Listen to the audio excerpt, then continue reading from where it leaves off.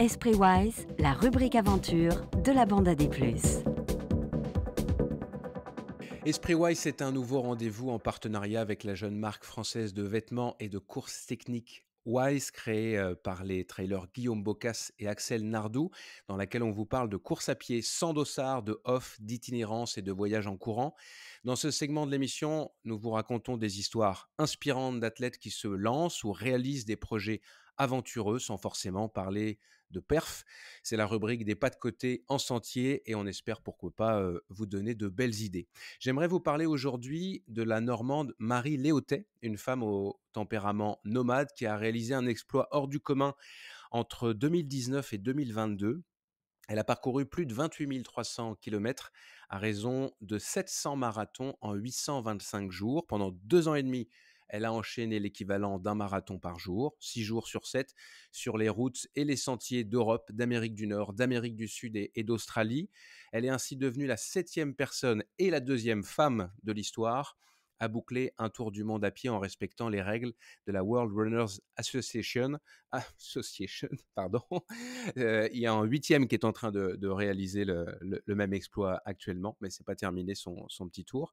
Sa vie a été totalement bouleversée par ce voyage et elle raconte tout ça dans un livre. Ça s'appelle Le monde sous mes pieds, publié aux éditions Kalman Levy. Elle insiste sur le fait que la performance sportive a été secondaire dans sa démarche et qu'elle a d'abord réalisé cette expédition pour le plaisir de l'itinérance, de la découverte et aussi pour avoir des choses à raconter et à partager ce qu'elle fait maintenant. Marie a quitté la France à 20 ans, elle a voyagé dans le monde au gré des opportunités professionnelles et c'est dans son bureau de directrice financière au 30e étage d'un immeuble du quartier des affaires de Singapour qu'est née l'envie de tout quitter pour partir faire le tour du monde à pied. Elle allait avoir 40 ans et elle commençait à s'ennuyer. Le fait amusant par rapport à la discussion d'aujourd'hui, c'est qu'elle a couru pendant presque tout son périple derrière une poussette.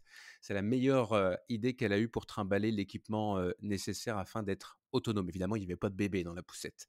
Marie Léoté assure n'avoir jamais eu de défaillance, ni au niveau physique, ni au niveau mental. Prendre la route tous les matins était une source d'excitation et d'émerveillement sans cesse renouvelé, dit-elle. Le voyage m'a transformé en 2 ans et demi de découvertes dans tous les domaines, géopolitique, politique, culturel, historique, gastronomique, géologique. Je suis plus que comblé par ce tour du monde. J'ai assouvi en partie mon envie de découvrir le monde autrement. Alors j'ai demandé à Marie ce que ce tour du monde lui avait apporté avec du recul. Elle m'a longuement répondu, mais j'aimerais vous partager une illustration de ce qu'a été son long voyage pour elle.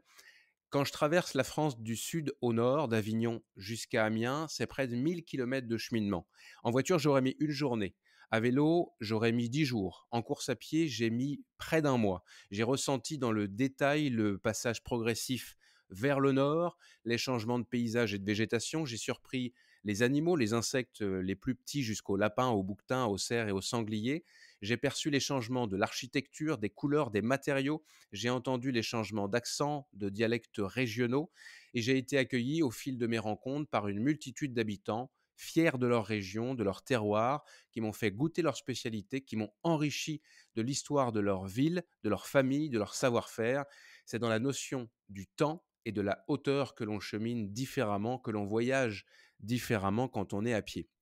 Je lui ai aussi demandé à qui elle recommandait de voyager en courant. Elle m'a répondu à toutes celles et à tous ceux qui aiment la course à pied. Je la cite encore une fois, le fait de se projeter dans un cheminement est très bénéfique. Vous vous débarrassez de la notion du temps, de courir pour un chrono, puisque seul compte finalement le trajet de A à B, hors course, hors entraînement. Tant que vous parvenez à votre lieu d'étape, vous remplissez le contrat, ça permet de trouver son équilibre naturel, celui de la très longue endurance et les bénéfices sont nombreux. La foulée est plus naturelle, l'effort est plus durable, plus mesuré et la satisfaction est toujours au rendez-vous car la satisfaction de la progression, elle est quotidienne. Et j'ajoute qu'il n'y a pas besoin d'aller loin pour apprécier la course à la journée. Le plaisir que j'ai éprouvé à travers les 4 continents était immense et l'intensité de la nouveauté et de la découverte quotidienne était également au rendez-vous chaque jour, quelle que soit la contrée traversée. J'ai pris autant de plaisir dans la traversée de la France que dans celle de la cordillère des Andes ou du désert australien. Je vous rappelle le titre du livre de Marie Léoté, Le monde sous mes pieds, c'est publié aux éditions Kalman Levy. Et je vous renvoie aussi au site web de notre partenaire Wise, wisetrailrunning.com, pour explorer les produits techniques haut de gamme qu'il développe pour la course et vos aventures nomades. Vous y trouverez aussi des conseils pratiques pour préparer vos petites et vos grandes sorties. D'ailleurs, j'en profite pour vous inviter à nous partager vos aventures via le compte Instagram de Distance Plus.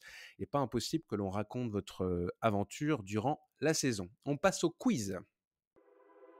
La bande à des plus, présentée par Nicolas Ferret.